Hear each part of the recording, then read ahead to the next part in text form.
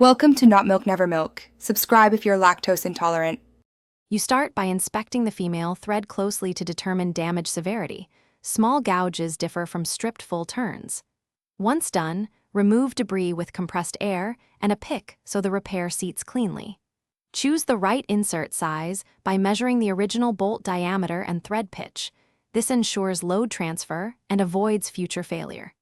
Make sure to use the specified drill and tap from the kit, and apply cutting lubricant while drilling to keep chips controlled and the hole accurate.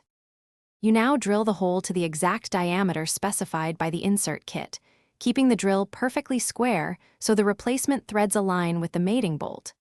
After drilling, tap the hole using the supplied tap and steady, controlled strokes.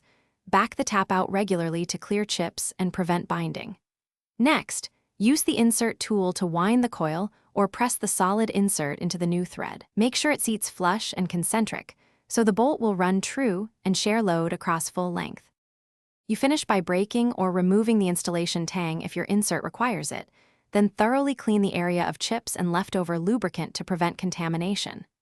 Thread the correct bolt in slowly, checking that it seats smoothly and torques to the specified value. This confirms the repair shares load properly. If you feel binding, misalignment, or the bolt runs shallow, stop. Make sure the insert is centered and fully seated. As a troubleshooting tip, if looseness persists, replace with an oversize or solid sleeve repair. Thanks for watching. If this was helpful, leave a like and consider subscribing. See you next time.